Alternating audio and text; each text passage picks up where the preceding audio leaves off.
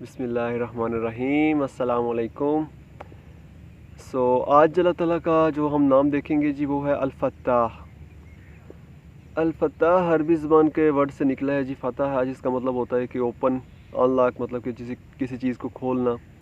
And one more word is مفتاح۔ مفتاح کہتے ہیں جی کہ چابی کو، چابی کا کام کیا ہوتا ہے جی کسی چیز تالے کو انلاک کرنا، اسے کھولنا۔ اور سورۃ فاتحہ کا جو ہم پڑھتے ہیں کہ فاتحہ بھی اسی ورڈ سے نکلی ہے، اس کا مطلب بنتا ہے کہ کھولنے والا، مطلب کہ دلوں کو کھولنے والی سورہ۔ اینڈ اس کا ایک اور میننگ بنتا ہے جی کہ وکٹری، کہ فتح نصیب ہونا، فتح نصیب ہونا یا وکٹری نصیب ہونا۔ جس طرح اللہ تعالیٰ قرآن پاک میں فرماتے ہیں کہ اذا جاء نصر اللہ والفتح، کہ جب تمہارے رب کی مدد آ پہنچی اور تمہیں فتح نصیب ہوئی۔ تو اس سے بھی ہمیں یہ پتہ چلتا ہے کہ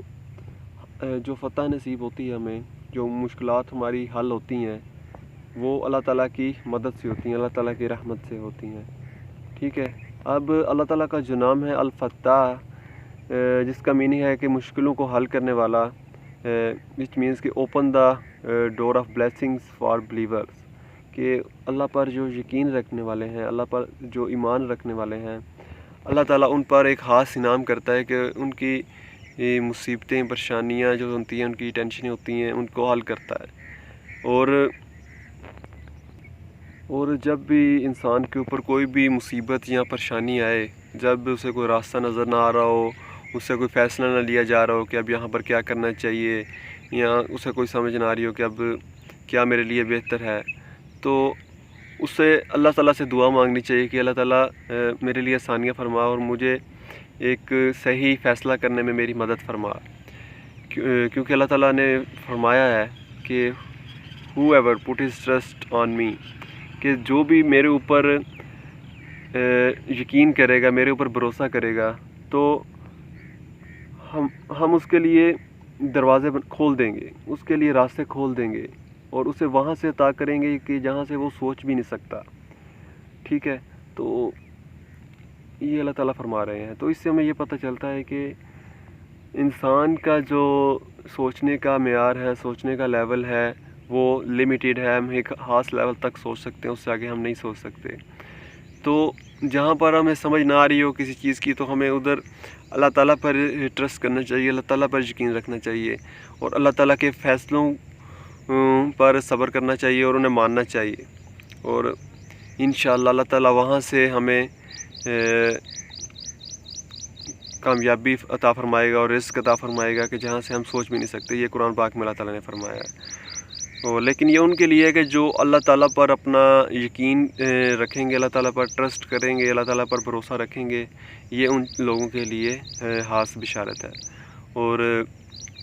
ون مور تھنگ از کہ جب ہم مسجد میں داخل ہوتے ہیں تو ہم کیا پڑھتے ہیں کہ اللہم مفتح لی ابوابک رحمتی، کہ اللہ تعالیٰ میرے لیے اپنی رحمت کے دروازے کھول دے۔ تو اس سے بھی ہمیں یہی پتہ چلتا ہے کہ نبی کریم صلی اللہ علیہ وسلم نے ہمیں یہ دعا کیوں سکھائی ہے کہ ہم یہ دعا پڑھیں کہ اللہ تعالیٰ ہم پر اپنی رحمت کے دروازے کھول دے اور ہم پر رحمتوں کا نزول کرے، اور ہماری جو مشکلات ہیں ان کو حل کرے، کیونکہ یہ اللہ تعالیٰ ہی حل کر سکتا ہے۔ اللہ تعالیٰ اپنی رحمت سے یہ چیزیں حل کرتا ہے۔ اینڈ سم ٹائم اللہ تعالیٰ ہمیں چیزیں دے دیتا ہے۔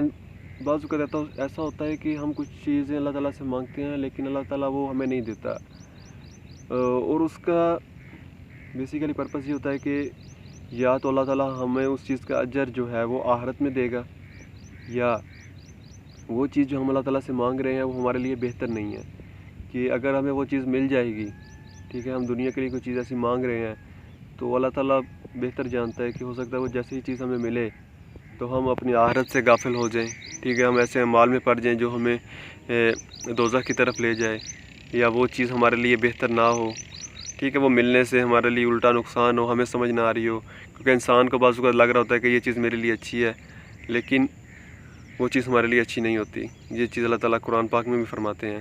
کہ ہو سکتا ہے کہ تم اپنے لیے ایسی چیز مانگو کہ جو تمہیں لگ رہا ہو کہ تمہارے لیے بہتر ہے، لیکن وہ تمہارے لیے بہتر نہیں ہے، ہم بہتر جانتے ہیں تم سے، ٹھیک ہے، اللہ تعالیٰ کہہ رہے ہیں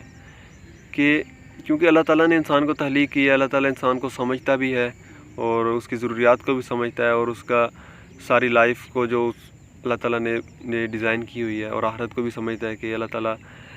کچھ چیزیں ہمیں نہ دے کر ہم پر ایک خاص احسان کرتا ہے کہ